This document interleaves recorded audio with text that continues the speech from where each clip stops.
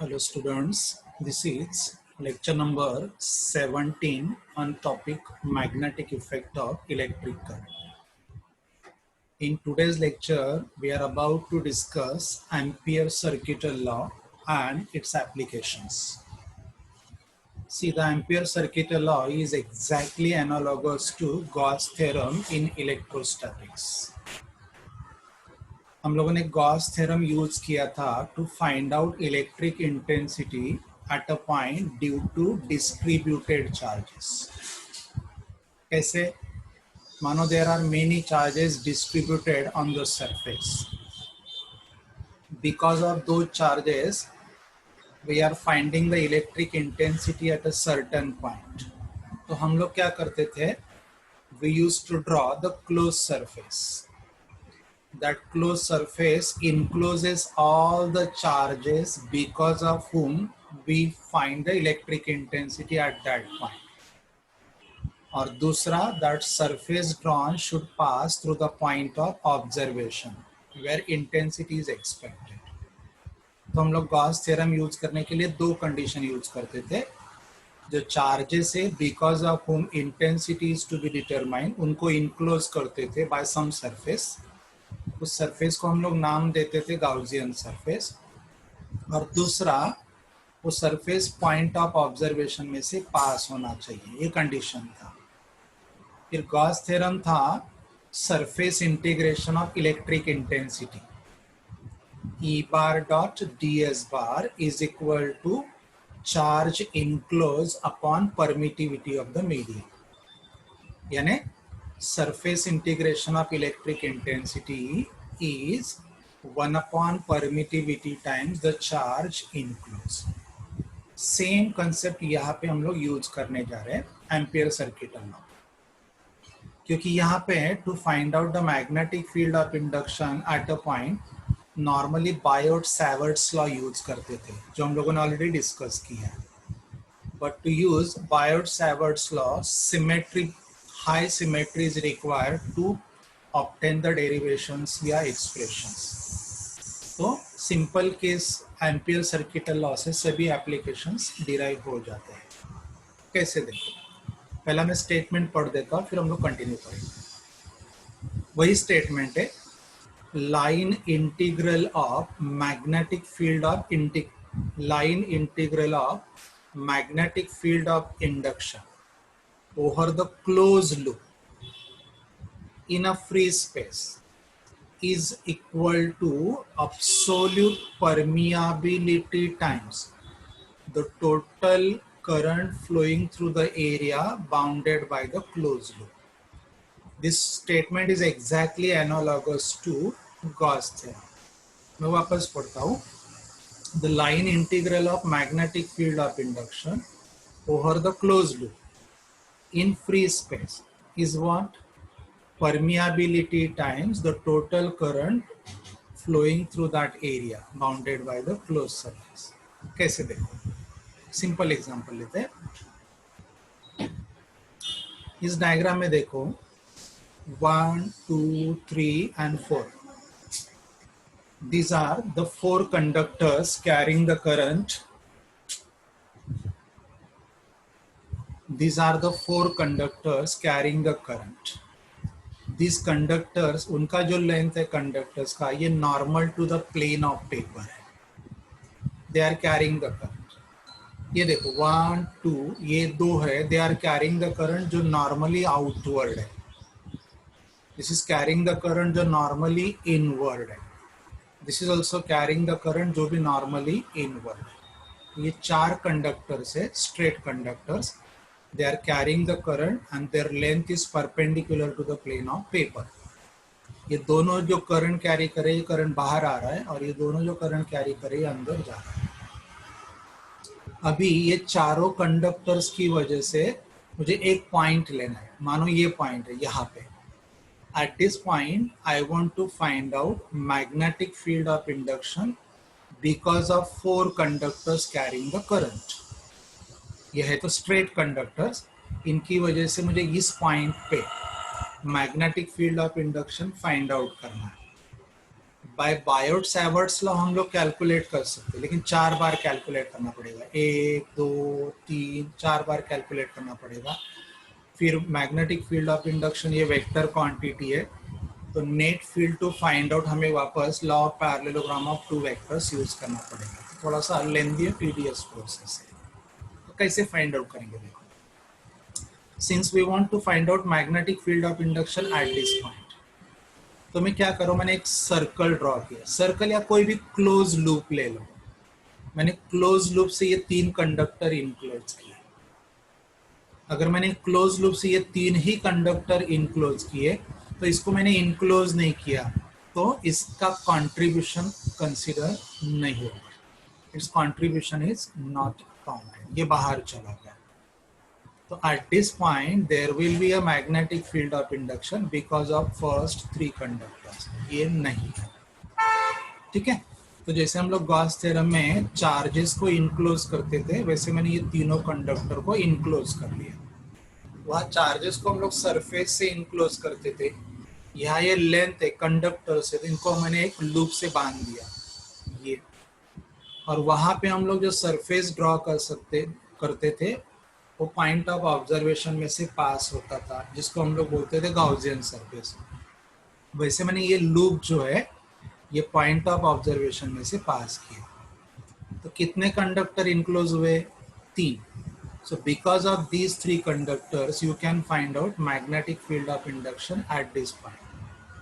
फिर ये shape, close shape कुछ भी हो, कंडक्टर का पोजीशन कुछ भी हो, ये मायने नहीं रखता। मैंने इसको इनक्लोज नहीं किया तो ये कंसीडर नहीं होगा। तो अभी देखो, तो यहाँ पे मैग्नेटिक फील्ड ऑफ इंडक्शन क्या रहेगा, बिकॉज ऑफ। हम लोग 3 अलग अलग नहीं फाइंड आउट करेंगे, क्योंकि एक के लिए जो डिस्कशन रहेगा ये बाकी दोनों के लिए भी रहेगा। तो फॉर्मूला क्या आ जाएगा, according to Ampere circuit law, line integration of magnetic field of induction, ऐसे लिखा जाएगा। Line integration of magnetic field of induction is what, permeability times sum of the currents enclose. ये 3 करंट इनक्लोज हो गए, जैसे गॉस थ्योरम में था 1 permittivity times sum of the charges enclose. वहाँ चार्जेस को हम लोग सरफेस से इनक्लोज करते थे, इसलिए हम लोग सरफेस इंटीग्रेशन लेते थे, ई बार डॉट डी एस बार लेते थे, 1/एप्सिलॉन ब्रैकेट में सम ऑफ द चार्जेस करते थे। या कंडक्टर्स को मैंने इनक्लोज किया, इनक्लोज कैसे किया, एक लूप से किया, तो लाइन इंटीग्रेशन लेना पड़ेगा, और line integration of magnetic field is what, permeability times sum of the currents enclose. Okay, sum of the current कैसे रहेगा, देखो अभी ये 2 करंट है, ये नॉर्मली आउटवर्ड है, तो इनको पॉजिटिव करंट कंसीडर किया जाएगा और इसको निगेटिव करंट कंसीडर किया जाएगा। तो ये तीनों करंट्स ऐड कर रही है। This is how you can apply Ampere circuit law for distributed current. Single conductor रहेगा तो हम लोग बायोट सैवर्ट्स लॉ या लैप्लास लॉ भी यूज करते हैं, लेकिन many conductors are there carrying the electric current in different direction, तो आप combinedly because of all the conductors magnetic field of induction can be found at a single point. Same, वहाँ हम लोग charges को enclose करते थे surface से, या हम लोग कंडक्टर्स को बांधेंगे लूप से, वहाँ उसको गाउसियन सरफेस बोलते थे, या हम लोग इसको एम्पियरन लूप बोलेंगे। वहाँ हम लोग सरफेस इंटीग्रेशन लेते थे, या हम लोग लाइन इंटीग्रेशन लेंगे। वहाँ surface integration of electric intensity लेते थे, sum of the charges upon the permittivity, या हम लोग लाइन इंटीग्रेशन लेंगे, sum of the electric current into permeability. Okay, यहाँ से मैं कंटेंट थोड़ा पढ़ देता हूँ, जो कंडीशंस मैंने ऑलरेडी आपको बोला यहाँ से भी पढ़ता हूँ। Ampere circuit law in magnetism is analogous to Gauss law in electrostatics. This law is also used to calculate the magnetic field due to any given current distribution. मतलब कितने सारे members current carry कर रहे थे। This law is true for steady current. Time changing current नहीं चाहिए, otherwise right hand side का value बदलते जाएगा। This law is applied for distributed current like Gauss theorem, जो हम लोग distributed charge के लिए use करते थे। Only the enclosed current contribute करेगा। अगर loop से आपने कोई conductor को enclose नहीं किया तो वो कंट्रीब्यूशन में पार्ट नहीं लेगा। कंडीशंस क्या बोला मैंने कि जितने कंडक्टर की वजह से आपको मैग्नेटिक फील्ड चाहिए उनको बंद करो। ये लूप का लेंथ मैटर नहीं करता, खाली बंद करना है। लेकिन बंद करते समय ये भी ध्यान देना है, दो इस शेप डज नॉट मैटर, लेकिन ऐसे ड्रॉ करो कि जो आप फाइंड आउट कर सकते हैं उसका लेंथ। और पॉइंट ऑफ ऑब्जर्वेशन में से लूप पास होना चाहिए, ये कंडीशन है, उसको एम्पियरन लूप बोला जाएगा। फिर छोटा सा एलिमेंट लेके मैग्नेटिक फील्ड फाइंड आउट करो, फिर इंटीग्रेशन करो। जैसे हम लोग गॉस थ्योरम में छोटा सा सैंपल एरिया के लिए फाइंड आउट करते थे, फिर इंटीग्रेट करते थे, सेम मेथड। इसके 3 एप्लीकेशन आपको सिलेबस में है। In today's lecture let us discuss one application. देखो वहाँ पॉजिटिव चार्ज रहता तो हम लोग प्लस लेते थे, क्योंकि पॉजिटिव चार्ज से फ्लक्स आउटवर्ड रहता है, नेगेटिव चार्ज से फ्लक्स इनवर्ड। तो आउटवर्ड फ्लक्स हम लोग पॉजिटिव लेते थे, इनवर्ड फ्लक्स हम लोग नेगेटिव। वैसे यहाँ करंट अगर आउटवर्ड है तो पॉजिटिव करंट लो, करंट अगर इनवर्ड है तो करंट को नेगेटिव लो। सिंपल सेम कंसेप्ट है। इसके 3 एप्लीकेशन आपको सिलेबस में, ये लेक्चर में हम लोग एक एप्लीकेशन डिस्कस करते हैं। ये पहला, magnetic field of induction due to long straight conductor carrying the current. Diagram में देखो ये कंडक्टर है, this conductor is infinitely long, इसका लेंथ दोनों साइड में एक्सटेंड्स अप टू इंफिनिटी है। It is carrying the current upward, right. जब ये करंट अपवर्ड कैरी कर रहा है तो it gives the magnetic field in a region around it, इसके सराउंडिंग रीजन में मैग्नेटिक फील्ड सेट करेगा। What is the magnetic field pattern is a concentric magnetic lines of force. Direction of magnetic field कैसे find out करेंगे, right hand thumb rule से। कैसे, hold this conductor into the right hand so that 4 fingers of right hand are turned around it and thumb is stretched along it. If the thumb is indicating the direction of electric current, then curled fingers या turn fingers gives you the magnetic lines of force जो concentric रहेंगे। Since fingers are turned anti-clockwise, तो इन lines of force को direction कैसे देंगे हम लोग, anti-clockwise। और हम लोगों ने एक प्रॉपर्टी पढ़ा है, tangent drawn to the magnetic line of force gives you the direction of magnetic field of induction. अगर मैं यहाँ मैग्नेटिक फील्ड का डायरेक्शन देखो तो मैं इसे टेंजेंट दिखाऊंगा, तो इस कंडक्टर के राइट में मैग्नेटिक फील्ड रहेगा नॉर्मली इनवर्ड, लेफ्ट में मैग्नेटिक फील्ड रहेगा नॉर्मली आउटवर्ड, क्योंकि इसको आप डायरेक्शन ऐसे दिखाओगे तो ये सर्कल हो गया एंटी क्लॉकवाइज। तो जहां भी आप टेंजेंट ड्रॉ करोगे, जिस डायरेक्शन में टेंजेंट ड्रॉ करे एरो दिखाओ, that arrow gives you the direction of magnetic field. तो इस कंडक्टर का राइट साइड में magnetic field is normally inward, जो हम लोग क्रॉस इन सर्कल से दिखाते हैं। लेफ्ट में magnetic field is normally outward, जो हम लोग डॉट इन सर्कल से दिखा से। बैक में नॉर्मली लेफ्टवर्ड, बैक में क्या रहेगा, राइट लेफ्टवर्ड रहेगा, फ्रंट में क्या रहेगा, राइटवर्ड रहेगा। ये पॉइंट ऑफ ऑब्जर्वेशन है at a distance R. Since point of observation is at a distance r, here we want to find out the magnitude and direction of magnetic field of induction. तो मैंने क्या किया, direction तो मुझे मिल गया, अगर मैं यहाँ टेंजेंट ड्रॉ करूँ तो ये टेंजेंट अंदर जा रहा है, तो पॉइंट पी पे मैग्नेटिक फील्ड ऑफ इंडक्शन का डायरेक्शन है नॉर्मली इनवर्ड, ये हो गया। अभी इसकी वजह से हम लोग यहाँ मैग्नेटिक फील्ड कैसे फाइंड आउट करेंगे, एक लूप ड्रॉ करो। ये लूप क्या करेगा, this loop will pass through the point P. तो मैंने एक लूप ड्रॉ किया, कोई भी शेप चलेगा, दो आई एम सेइंग कोई भी शेप चलेगा, लेकिन इस शेप का लेंथ फाइनली आपको ही कैलकुलेट करना है। तो ऐसे ही शेप ड्रॉ करो या ऐसे ही लेंथ ड्रॉ करो, क्लोज लेंथ की जो लेंथ आपको नोन होगा या तो आप कैलकुलेट कर सकते हो। Simplest length that can be drawn is what, circle. तो आप एक एम्पियरन लूप ड्रॉ करो जो पॉइंट पी में से पास होगा और इस कंडक्टर को इनक्लोज करेगा, ठीक है। तो a close loop in the form of circle passing through the point P and enclosing the current R is drawn. तो according to Ampere circuital law, right hand side क्या हो गया, म्यू जीरो आर, ये हो गया। Line integration of magnetic field is what, mu zero into current enclosed I, integration b bar dot dl bar is what, mu zero I। ये तो orally आ रहा है। अभी हम लोग क्या करेंगे, यह छोटा सा एलिमेंट लेंगे, ये है लेंथ एलिमेंट।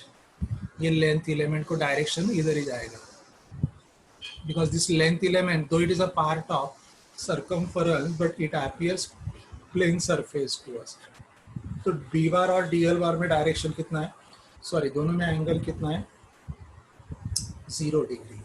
तो इंटीग्रेशन का फॉर्मूला लो, एम्पियर सर्किट वाला, ये देखो integration B bar dot D L is what, ये तो हमें ऑलरेडी मिला, कितना चार्ज कितना करंट हम लोगों ने इनक्लोज किया था, आई, तो म्यू 0 आई आ गया। ठीक है, ये डॉट प्रोडक्ट ऐसे लिखा जाएगा B D L cos theta.